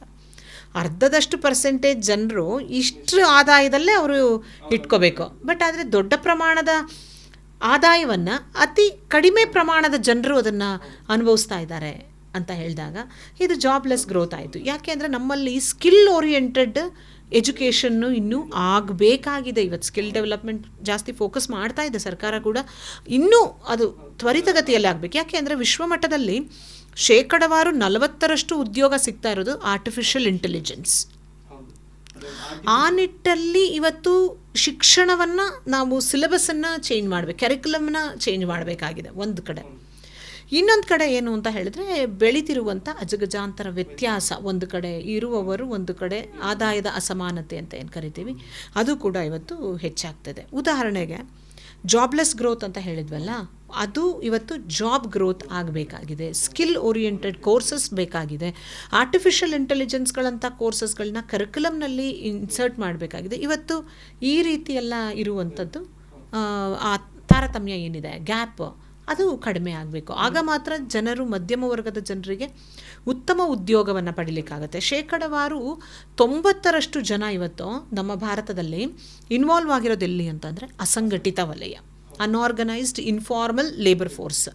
ಸೊ ಅದರಲ್ಲಿ ನೀವು ಗಿಗ್ ವರ್ಕರ್ಸ್, ಇವತ್ತು ನಾವು ಮಾತಾಡ್ತೀವಲ್ಲ, ನಮ್ಮ ಎಲ್ಲ ಝೊಮ್ಯಾಟೊ, ಪಾಪ ಈ ಸ್ವಿಗ್ಗಿ ಇಂಥವ್ರದ್ದು ಗಿಗ್ ವರ್ಕರ್ಸ್ ಏನಾಗಿದ್ದಾರೆ, ಇವರೆಲ್ಲ ಅಸಂಘಟಿತ ವಲಯ, ಇನ್ಫಾರ್ಮಲ್ ಸೆಕ್ಟಾರಲ್ಲಿ ಬರೋದ್ರಿಂದ ಇವರು ಗಳಿಸುವಂಥ ಮಾಸಿಕ ವೇತನವನ್ನು ನಾವು ನೋಡಿದಾಗ ಇದು ಬೆಳವಣಿಗೆ ಆಗ್ತಿರುವಂಥದ್ದು ಜಾಬ್ಲೆಸ್ ಗ್ರೋತ್ ಆಗ್ತಾ ಇದೆ. ಇದು ಒಂದು ಸ್ಕಿಲ್, ಕೌಶಲ್ಯವನ್ನು ವೃದ್ಧಿಪಡಿಸಿ ವೈಟ್ ಕಾಲರ್ ಅಲ್ಲದೆ ಹೋದರೂ ಒಂದು ತಾಂತ್ರಿಕವಾಗಿ ಮುಂದುವರಿಯುವಂಥ ಉದ್ಯೋಗಗಳನ್ನು ಕೊಟ್ಟಾಗ ಈ ಆರ್ಥಿಕ ಪ್ರಗತಿ ಮತ್ತು ಜನಸಾಮಾನ್ಯರ ಜೀವನ ಮಟ್ಟ ಎರಡೂ ಕೂಡ ಬ್ಯಾಲೆನ್ಸ್ ಆಗಿ ಹೋಗಲಿಕ್ಕೆ ಆಗ್ತದೆ. Yes ma'am. ಈಗ ದೊಡ್ಡ ದೊಡ್ಡ ದೈತ್ಯ ಕಂಪನಿಗಳು ಇಂಟೆಲಿಜೆನ್ಸ್ ಮತ್ತು ರೋಬೋಟಿಕ್ ಇದು ವ್ಯವಸ್ಥೆಯಿಂದ ಸಾಕಷ್ಟು ಜನರನ್ನ ಕೆಲಸದಿಂದ ತೆಗೆದು ಹಾಕಿದ್ರು. ನಾವು ಭಾರತದಲ್ಲೂ ಕೂಡ ಅದು ಆಯಿತು. ಆ ಸಂದರ್ಭದಲ್ಲಿ ಆ ನಿರುದ್ಯೋಗಿಗಳು ಹೆಚ್ಚಾದಂಥ ಸಂದರ್ಭದಲ್ಲಿ ಭಾರತಕ್ಕೆ ಯಾವುದೇ ರೀತಿ ಹೊಡೆತಗಳು ಬೀಳಲ್ವಾ ಅಂತ? ಆಬ್ವಿಯಸ್ಲಿ. ಯಾಕೆ ಅಂತ ಹೇಳಿದ್ರೆ ನಮ್ಮ ಬ್ರೈನ್ ಡ್ರೈನ್ ಅಂತ ಹೇಳ್ತೀನಿ, ಅಂದರೆ ಪ್ರತಿಭಾ ಪಲಾಯನ. ನಮ್ಮಲ್ಲಿ ಎಷ್ಟೋ ಜನ ಹೋಗಿ ವಿದೇಶದಲ್ಲಿದ್ದಾಗ ಆಬ್ವಿಯಸ್ಲಿ ಅಲ್ಲೇನಾಗುತ್ತೆ, ಅಲ್ಲಿ ನಿರುದ್ಯೋಗ ಅಂದಾಗ ಅಲ್ಲಿಯ ಆಂತರಿಕ ಜನರನ್ನ ಇಟ್ಕೊಂಡು ಬೇರೆ ದೇಶದಿಂದ ಬಂದವರ ಒಂದು ಏನು ಅವ್ರಿಗೆ ಕೊಡಬೇಕಾಗಿರೋಂಥ ಫ್ರೆಂಚ್ ಬೆನಿಫಿಟ್ಸ್ ಎಲ್ಲವೂ ತಗ್ಗಿಸ್ಬೇಕು ಅಂದಾಗ ಆಬ್ವಿಯಸ್ಲಿ ಹೀಗಾಗುತ್ತೆ. ಅವರೆಲ್ಲ ನಮ್ಮ ದೇಶಕ್ಕೆ ಬರ್ತಾರೆ, ಬಂದಾಗ ಇಲ್ಲಿ ನಿರುದ್ಯೋಗ ಸೃಷ್ಟಿಯಾಗುತ್ತೆ. ಆಮೇಲೆ ಅದೇನಾಗುತ್ತೆ, ಅಂಡರ್ ಎಂಪ್ಲಾಯ್ಮೆಂಟ್ ಸೃಷ್ಟಿಯಾಗುತ್ತೆ. ಅಂದರೆ ಅವರು ಓದಿರೋ ಕ್ವಾಲಿಫಿಕೇಷನ್ಗೂ ಅವರು ಕೆಲಸ ಮಾಡ್ತಿರೋದಕ್ಕೂ ತುಂಬ ವ್ಯತ್ಯಾಸ ಇರುತ್ತೆ. ಇದರಿಂದ ಕ್ರೈಮ್ ರೇಟ್ಸ್ ಜಾಸ್ತಿ ಆಗ್ಬೋದು, ಇದರಿಂದ ಏನು ಜನರ ಜೀವನ ಮಟ್ಟ ಕುಸಿಬೋದು. ಇದೆಲ್ಲವೂ ಕೂಡ ಆರ್ಥಿಕತೆಯ ಮೇಲೆ ನಕಾರಾತ್ಮಕವಾದಂಥ ಪರಿಣಾಮ ಬೀರುವಂಥ ಸಾಧ್ಯತೆಗಳಿರ್ತದೆ. Yes ma'am. ಇನ್ನು ನಾವು ಸ್ಟೇಟ್ ಗೌರ್ಮೆಂಟ್ಗೆ ಬರೋದಾದರೆ, ಕಾಂಗ್ರೆಸ್ ಬಂದ ನಂತರ ಪಂಚ ಗ್ಯಾರಂಟಿ ಯೋಜನೆಗಳನ್ನು ತರುತ್ತೆ. ಒಂದೊಂದೇ ಮಾತನಾಡೋದಾದರೆ, ಗೃಹಲಕ್ಷ್ಮಿ ಯೋಜನೆಯಲ್ಲಿ ಪ್ರತಿ ಮಹಿಳೆಗೆ ಪ್ರತಿ ಮಾಸಿಕವಾಗಿ 2,000 ಹಾಕ್ತಾ ಇದ್ದಾರೆ. ಇದು ಆರ್ಥಿಕತೆಗೆ, ಅಂದರೆ ರಾಜ್ಯದ ಆರ್ಥಿಕತೆಗೆ ಹೊಡೆತವನ್ನು ಕೊಡ್ತಾ ಇಲ್ವಾ ಅಂತ? 56,000 ಕೋಟಿ ರೂಪಾಯಿಗಳು ಅದು ಪ್ರತಿ ಮಾಸಿಕವಾಗಿ ಅದು ಇಡಲೇಬೇಕು, ಅದು ಬಡ್ಜೆಟಲ್ಲಿ ಇಡ್ತಿದ್ದಾರೆ. ಆದರೆ ನಾವು ಒಂದು ಕಡೆ ವೆಚ್ಚ ಅಂತ ನೋಡೋಕ್ಕಾಗಲ್ಲ. Modern states are called as welfare states ಅಂತ ಹೇಳ್ಬಿಟ್ಟಿದ್ದೀವಿ. ಜನರ ಅಥವಾ ಗೃಹಲಕ್ಷ್ಮಿ ಯೋಜನೆಯಿಂದ ಇವತ್ತು ಕೊಡ್ತಿರುವಂಥದ್ದು ಎಲ್ಲೋ ಹೆಣ್ಣು ಮಗಳ ಒಂದು ಉಳಿತಾಯವನ್ನು ಜಾಸ್ತಿ ಮಾಡಿರ್ಬೋದು. ಮತ್ತು ನಾವೆಲ್ಲ ಆಗಿಂದ ಹೇಳ್ಕೊಂಡು ಬರ್ತಿದ್ರು, ಸಾಸಿವೆ ಡಬ್ಬದಲ್ಲಿ ಹೆಣ್ಣುಮಕ್ಕಳು ದುಡ್ಡು ಇಡ್ತಿದ್ರು ಅಂತ. ಹೀಗೆಲ್ಲೋ ಒಂದು ಕಡೆ ಇವರು ಸೆಲ್ಫ್ ಹೆಲ್ಪ್ ಗ್ರೂಪ್ಗಳಲ್ಲಿ ಇನ್ವಾಲ್ವ್ ಮಾಡಿಕೊಂಡು ಈ ರೀತಿ ಬಂದಾಗ ಈ ಸಣ್ಣ ಸಣ್ಣ ಉಳಿತಾಯದಿಂದನೂ ಕೂಡ ಒಂದು ವಾರ್ಷಿಕವಾಗಿ ಮನೆಗೆ ಒಂದು ದೊಡ್ಡ ಆದಾಯವನ್ನು ತಂದುಕೊಡುವಂಥದ್ದು ಕೂಡ ಆಗುತ್ತೆ. ಎಲ್ಲೋ ಒಂದು ಕಡೆ ಅವಳು ಆರ್ಥಿಕವಾಗಿ ಸ್ವಾವಲಂಬಿ ಆದಾಗ ಒಂದು ಕಾನ್ಫಿಡೆನ್ಸ್ ಲೆವೆಲ್ಲು ಕೂಡ ಜಾಸ್ತಿ ಆಗುತ್ತೆ ಅನ್ನೋದು. ಅದೇ ಆರ್ಥಿಕತೆಗೆ ಮತ್ತೆ ಹೂಡಿಕೆ ಮಾಡಿದಾಗ ಅಲ್ಲೂ ಕೂಡ ಆರ್ಥಿಕತೆ ಬೆಳಿಬಹುದಾ? ಖಂಡಿತವಾಗ್ಲೂ ಆಗುತ್ತೆ. ಇನ್ನು ಶಕ್ತಿ ಯೋಜನೆಗೆ ಬರೋದು, ಅದರಲ್ಲಾದರೆ ಸೇವಿಂಗ್ಸ್ ಆಗುತ್ತೆ, ಉಳಿಕೆ ಆಗುತ್ತೆ. ಓಕೆ, ಶಕ್ತಿ ಯೋಜನೆ ಬಗ್ಗೆ ಮಾತನಾಡೋದಾದರೆ, ಮಹಿಳೆಯರು ಫ್ರೀಯಾಗಿ ಎಲ್ಲ ಕಡೆ ಓಡಾಡ್ತಾ ಇದ್ದಾರೆ. ಇದು ಪುರುಷರ ಸಮಸ್ಯೆ ಅಂತ ಕೂಡ ಹೇಳ್ಬೋದು. ಈ ಫ್ರೀಯಾಗಿ ಓಡಾಡೋದಕ್ಕೆ ಸರ್ಕಾರ ಹೇಗೆ ಭರಿಸ್ತಾ ಇದೆ ಈ ವೆಚ್ಚವನ್ನು ಅಂತ? ಇದು ಸರ್ಕಾರ KSRTC ಜೊತೆಗೆ ಮಾಡಿಕೊಂಡಿರುವಂಥ ಒಂದು ಒಡಂಬಡಿಕೆಯೂ ಕೂಡ ಹೌದು. ಫ್ರೀಯಾಗಿ ಹೆಣ್ಣುಮಕ್ಕಳು ಓಡಾಡ್ತಿದ್ದಾರೆ ಅಂತ ಸಾಧಾರಣ ಹೇಳ್ತಾರೆ. ಬಸ್ಸುಗಳು ಈಗೀಗ ರಶ್ ಆಗ್ತಾ ಇದೆ. ಎಲ್ಲ ಪಿಲಿಗ್ರಿಮೇಜಸ್ ಅಂದರೆ ಏನೋ ದೇವಸ್ಥಾನಗಳಿಗೆ, ದೇವಾಲಯಗಳಿಗೆ ಹೆಚ್ಚು ಮುಗಿಬೀಳ್ತಾರೆ ಅಂತ ಹೇಳ್ಬೋದು. ಯಾವುದೇ ಒಂದು ಹೆಣ್ಣುಮಗು ದೇವಾಲಯಕ್ಕೆ ಹೋದ ಕೂಡಲೇ ಅವಳೊಬ್ಬಳೇ ಹೋಗೋದಿಲ್ಲ, ಕುಟುಂಬದ ಸಮೇತ ಹೋಗ್ತಾರೆ, ಫ್ರೆಂಡ್ಸ್ಗಳ ಜೊತೆ ಹೋಗ್ತಾರೆ. ಹೋಗ್ಬಿಟ್ಟು ಹಾಗೆ ಬರೋದಿಲ್ಲ. ಸುತ್ತಮುತ್ತ ಇರುವಂಥ ಏನೋ ಒಂದು ತಂಪು ಪಾನೀಯನೇ ಕುಡಿಬೋದು, ಐಸ್ ಕ್ರೀಮೇ ತಿನ್ಬೋದು, ಹೋಟೆಲ್ಗಳಿಗೆ ಹೋಗ್ಬೋದು, ಮನೆಗೆ ಬರುವಾಗ ಏನೋ ಒಂದು ಖರೀದಿ ಮಾಡ್ಬೋದು. ಅದರಿಂದ ಸಣ್ಣ ಪುಟ್ಟ ಖರೀದಿದಾರರಿಗೆ ಇದು ಆದಾಯ ಆಯಿತು ಅಲ್ವಾ? ಇದು ಯಾಕೆ ನೀವು ಬರೀ ಟೂರ್ ಅಂತಾನೆ ಅಥವಾ ತಗೋಬೇಕು? ನೋಡಿ, ಈಗ ಒಂದು ಹೆಣ್ಣು ಮಗಳು ಮನೆ ಕೆಲಸ ಮಾಡ್ತಿರ್ತಾರೆ. ಅವಳು ಬರೀ ಒಂದು ಏರಿಯಾದಲ್ಲೇ ಕೆಲಸ ಮಾಡಿಕೊಂಡು 2-3 ಮನೆ ಕಡಿಮೆ ಸಂಬಳಕ್ಕೆ ಹೋಗುವಾಗ ಎಲ್ಲೋ ಒಂದು ಕಡೆ ನನಗೆ ಜಾಸ್ತಿ ವೇತನ ಕೊಡ್ತಾರೆ ಅಂದಾಗ ಆ ಬಸ್ ಎಳೆದು ಇನ್ನೊಂದು ಕಡೆಗೆ ಹೋಗಿ ಇನ್ನೊಂದು ಎಕ್ಸ್ಟೆನ್ಷನ್ ಮುಗಿಸ್ಕೊಂಡು ಇನ್ನೊಂದು ದೊಡ್ಡ ಮನೆ ಕೆಲಸಕ್ಕೆ ಹೋಗುವಂಥದ್ದು ಕೂಡ ಅನುಕೂಲ ಆಗಿರಬಹುದು. ಇದರಿಂದ ಅವಳ ಒಂದು ಜೀವನ ಸ್ಥಿತಿ ವೃದ್ಧಿ ಆಗಲಿಕ್ಕೂ ಕೂಡ ಅನುಕೂಲ ಆಗಿರುತ್ತೆ. ಇನ್ನು ಯುವ ನಿಧಿಗೆ ಬರೋದಾದರೆ, ಯುವ ನಿಧಿ ಅನ್ಎಂಪ್ಲಾಯ್ಡ್ಗಳಿಗೆ ಕೊಡ್ತೀವಿ ನಾವು ಅಂತ ಸರ್ಕಾರ ಹೇಳಿತ್ತು. ಅದೇ ಅನ್ಎಂಪ್ಲಾಯ್ಗಳನ್ನ ಇನ್ನೊಂದು ಸ್ವಲ್ಪ ಉತ್ತೇಜನ ಕೊಟ್ಟಂಗೆ ಆಯ್ತು, ಆರ್ಥಿಕವಾಗಿ ನಾವು ಸಹಾಯ ಮಾಡ್ತೀವಿ, ನೀವು ಆರ್ಥಿಕವಾಗಿ ಮುಂದೆ ಬಂದಿಲ್ಲ ಅಂದರೂ ಪರವಾಗಿಲ್ಲ ಅಂತ. ಹೌದು ಅನ್ನೋಕ್ಕೂ ಆಗಲ್ಲ, ಇಲ್ಲ ಅಂತಲೂ ಹೇಳೋಕ್ಕಾಗಲ್ಲ. ಯಾಕೆ ಗೊತ್ತಾ, ಇದು ಯಾರೋ ಒಬ್ಬರನ್ನ ಕೊಡ್ತಿದ್ದೀವಪ್ಪ ಇಷ್ಟು ನಿಮಗೆ ನಿಧಿನ, ನೀವು ಸಂಪೂರ್ಣವಾಗಿ ಜೀವನ ನಡೆಸ್ಕೊಂಡು ಹೋಗು ಅಂತ ಹೇಳೋಕ್ಕಾಗಲ್ಲ. ಎಷ್ಟು ದಿನ ಆ ಹುಡುಗನೋ ಅಥವಾ ನಿರುದ್ಯೋಗಿ ಅಷ್ಟೇ ದುಡ್ಡಲ್ಲಿ ಅವನು ಜೀವನ ನಡೆಸೋಕ್ಕಾಗತ್ತೆ. ಅವನದೇ ಆದಂಥ ಒಂದು ಮುಂದುವರಿದ ಕುಟುಂಬ ಅಂತ ಆದಾಗ ಅಷ್ಟರಲ್ಲಿ ನಿಭಾಯಿಸೋಕ್ಕಾಗೋದೇ ಇಲ್ಲ. ಇಂತಿಷ್ಟು ವರ್ಷಕ್ಕೆ ಅಂತಲೂ ಇದೆ, ಅದು ಡಿಗ್ರಿ ಮುಗಿಸಿ ಇಷ್ಟು ವರ್ಷಕ್ಕೆ ಅಂತ. ಹಾಗಾಗಿ ಅದೆಲ್ಲೂ ಕೂಡ ಅವಕಾಶಗಳನ್ನ ಸರ್ಕಾರ ರೂಪಿಸ್ಬೇಕಲ್ವಾ, ರೂಪಿಸೋದು ಅಂತ. ಅದು ಒಂದು ಕಡೆ ನಾನು ಹೇಳಿದ್ನಲ್ಲ, ಜಾಬ್ಲೆಸ್ ಗ್ರೋತಿಂದ ಜಾಬ್ ಓರಿಯೆಂಟೆಡ್ ಗ್ರೋತ್ ಆಗಬೇಕು. ಇನ್ನೊಂದು ಕಡೆ ಎಲ್ಲೋ ಒಂದು ಕಡೆ ಅವ್ನು ಮುಗಿಸಿ ಬಂದ ಕೂಡಲೇ ಪ್ರಪಂಚ ಇಷ್ಟು ವಿಶಾಲವಾಗಿದೆಯಲ್ಲ, ನಾನು ಹೋಗಿ ಯಾವುದೋ ಒಂದು ಸಣ್ಣ ಪುಟ್ಟ ಕೆಲಸಕ್ಕೆ ಸೇರ್ಕೊಂಡು ಬಿಡೋದು ಅನ್ನೋದಕ್ಕಿಂತ ಅವ್ನಿಗೆ ಅಪ್ಲಿಕೇಶನ್ ಹಾಕ್ಕೊಂಡು ಒಳ್ಳೆ ಉದ್ಯೋಗ ಹುಡುಕೊಳ್ಳೋದಕ್ಕೆ ಟ್ರೈನಿಂಗನ್ನು ಅಥವಾ ಸ್ಟೈಫಂಡ್ ಮೂಲಕ ಇವರೇ ಕೊಡೋದ್ರಿಂದ ಅವನಿಗೆಲ್ಲೋ ಒಂದು ಕಡೆ ತರಬೇತಿಯನ್ನು ಪಡ್ಕೊಂಡು ಉತ್ತಮ ಉದ್ಯೋಗವನ್ನು ಪಡ್ಕೊಳ್ಳಿಕ್ಕೂ ಕೂಡ ಕಾರಣ ಆಗುತ್ತೆ. ನಾವು ಎರಡೂ ಆಯಾಮಗಳಲ್ಲಿ ಧನಾತ್ಮಕವಾಗಿ ಮತ್ತು ಸಕಾರಾತ್ಮಕವಾಗಿ ಅದನ್ನು ಋಣಾತ್ಮಕವಾಗಿ ನೋಡಬಹುದು. ನಿರುದ್ಯೋಗ ಸಮಸ್ಯೆ ಅನ್ನೋದು ಇತ್ತೀಚಿನ ದಿನಗಳಲ್ಲಿ ಭಾರತದಲ್ಲಿ ಹೆಚ್ಚಾಗಿ ಕಂಡು ಬರ್ತಾ ಇದೆ. ಇದಕ್ಕೂ ಆರ್ಥಿಕವಾಗಿ ಹೊಡೆತ ಬೀಳುತ್ತಾ ಇಲ್ವಾ? ನಿರುದ್ಯೋಗ ಸಮಸ್ಯೆ ಮೊಟ್ಟೆಯಿಂದ ಕೋಳಿನ, ಕೋಳಿಯಿಂದ ಮೊಟ್ಟೆನ ಅನ್ನೋ ಹಾಗೆ ನಿರುದ್ಯೋಗದಿಂದ ಬಡತನದಿಂದ ನಿರುದ್ಯೋಗವೋ ಗೊತ್ತಿಲ್ಲ ಅಲ್ವಾ? ಹಾಗಾಗಿ ನಿರುದ್ಯೋಗ ಅಂತ ಹೇಳಿದಾಗ ಇವತ್ತು ಪ್ರಪಂಚದಲ್ಲಿ, ಅದರಲ್ಲೂ ಅಭಿವೃದ್ಧಿಶೀಲ ರಾಷ್ಟ್ರಗಳಾದಂಥ ಭಾರತದ, ಬಾಂಗ್ಲಾದೇಶ, ಪಾಕಿಸ್ತಾನ, ಶ್ರೀಲಂಕಾ ಇಂಥ ರಾಷ್ಟ್ರಗಳಿಗೆ ಹೊಡೆತ ಕೊಡ್ತಿರೋದೇ ನಿರುದ್ಯೋಗ. ಬಿಕಾಸ್ ನಾನು ಆಗಲೇ ಹೇಳಿದೆ, ಶೇಕಡವಾರು 66% ಯುವಕರಿದ್ದಾರೆ. ಆ 66 ಫೀಡ್ ಮಾಡಬೇಕು ಅಂತ ಎಲ್ಲಿಂದ ಮಾಡ್ತೀರಾ? ಇದು ಆರ್ಥಿಕವಾಗಿ ದೇಶಕ್ಕೆ ಹೊರೆ, ಆರ್ಥಿಕವಾಗಿ ಕುಟುಂಬಕ್ಕೂ ಹೊರೆ. ಎಷ್ಟು ದಿನ ಅಂತ ಪೇರೆಂಟ್ಸ್ ಮೇಲೆ ಅವಲಂಬಿತರಾಗಕ್ಕಾಗತ್ತೆ. ಹಾಗಾಗಿ ಇದು ಜಾಬ್ ಓರಿಯೆಂಟೆಡ್ ಬೆಳವಣಿಗೆಯನ್ನು ನಾವು ನಮ್ಮ ದೇಶ ಸರ್ಕಾರ ಕೊಟ್ಟಿದ್ದಲ್ಲಿ ಖಂಡಿತವಾಗ್ಲೂ ಈ ಒಂದು ಸಮಸ್ಯೆ ಏನಿದು ನಿರುದ್ಯೋಗ ಅಂದರೆ ಅದು ಸಮಸ್ಯೆನೇ, ಆ ಸಮಸ್ಯೆಯನ್ನು ಹೋಗಲಾಡಿಸ್ಬೋದು. ನೋಡಿದ್ರಲ್ಲ ವೀಕ್ಷಕರೇ, ಆರ್ಥಿಕವಾಗಿ ಮುಂದೆ ಬರಬೇಕಂದ್ರೆ ನಿರುದ್ಯೋಗ ಕೂಡ ಕಡಿಮೆ ಆಗಬೇಕು ಮತ್ತು ನಾವು ಕೂಡ ಆಮದನ್ನು ಕಡಿಮೆ ಮಾಡಿ ರಫ್ತನ್ನು ಹೆಚ್ಚು ಮಾಡುವುದರ ಕಡೆ ಗಮನ ಕೊಡಬೇಕು ಅನ್ನೋದು ಪವಿತ್ರ ಮ್ಯಾಮ್ ಅವರ ಮಾತಾಗಿರುವಂಥದ್ದು. ಮ್ಯಾಮ್ ಧನ್ಯವಾದಗಳು. ನಮಸ್ಕಾರ. ಇಂಥದ್ದೇ ಮತ್ತೊಂದು ಪಾಡ್ಕಾಸ್ಟ್ ಜೊತೆ ಮತ್ತೆ ಬರ್ತೇನೆ. ಅಲ್ಲಿವರೆಗೂ ನೋಡ್ತಾ ಇರಿ ಪ್ರಜಾ ನೋಡಿ.